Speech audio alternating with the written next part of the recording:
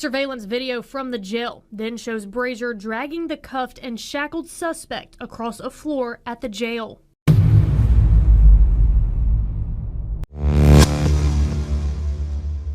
Officer Newman Brazier.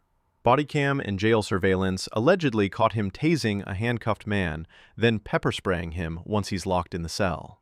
And they say he dragged him across the floor like a clearance aisle gladiator audition. Details on a Fox 10 investigation that involves potential policy violations by a police officer in Mount Vernon. Last week we showed you leaked body camera video of a controversial arrest.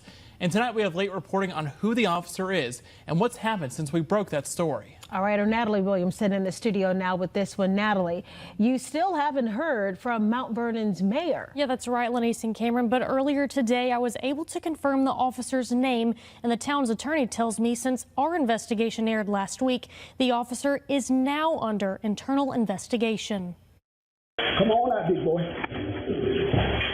Come on out. Tonight, a Fox 10 investigation has confirmed the identity of the Mount Vernon police officer who's now at the center of an internal investigation following our reporting last week. According to the Mount Vernon town attorney Jay Ross, the officer's name is Newman Brazier. Fox 10 obtained this leaked body and surveillance video showing questionable actions by Officer Brazier during an arrest earlier this year. The video shows Brazier tasing a handcuffed man during a traffic stop.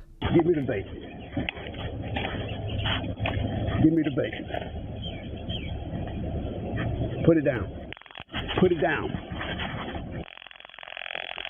We're also told Brazier pepper sprayed the man while he was handcuffed in a locked jail cell. When Brazier walks in, his body cam shows the man's head inside the toilet, possibly trying to get the pepper spray out of his eyes.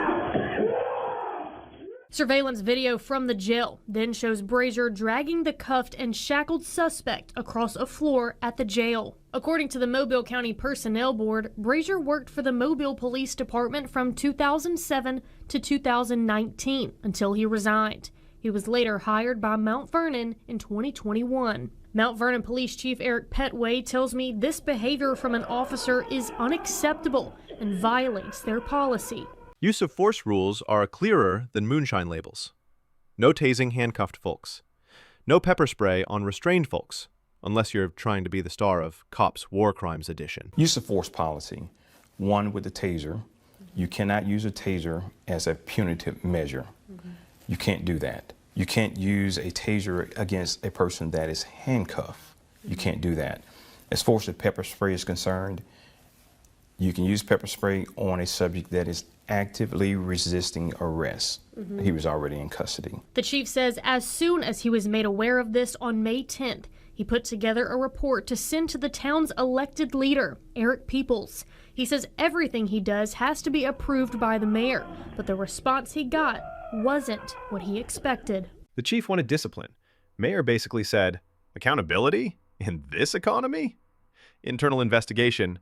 We checked. He's one of us. Case closed. I heard back from the mayor,